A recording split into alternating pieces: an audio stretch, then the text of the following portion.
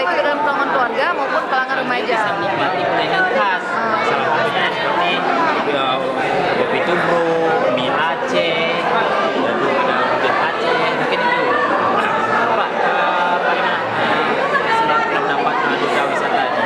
Apa yang diharapkan ke depan untuk memajukan itu? Dan segi apa sih potensi Ciparannya sebenarnya? Bang, salah pertanyaannya. Segi apa potensi wisata alam sebenarnya, maksudnya kayak gimana?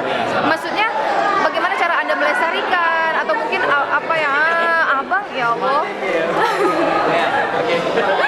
Bentar, bentar.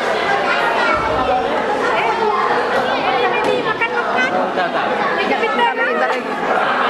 Ya. Iya. Apa yang ingin dipromosikan?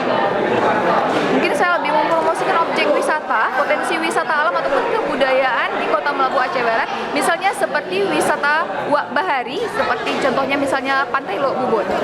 Karena di pantai sendiri kita dapat menikmati wisata-wisata kuliner, dan kan di pantai ini kita dapat menikmati relaksasi diri, ataupun di pantai ini kita dapat menikmati suasana pantai, dapat menyamankan hati.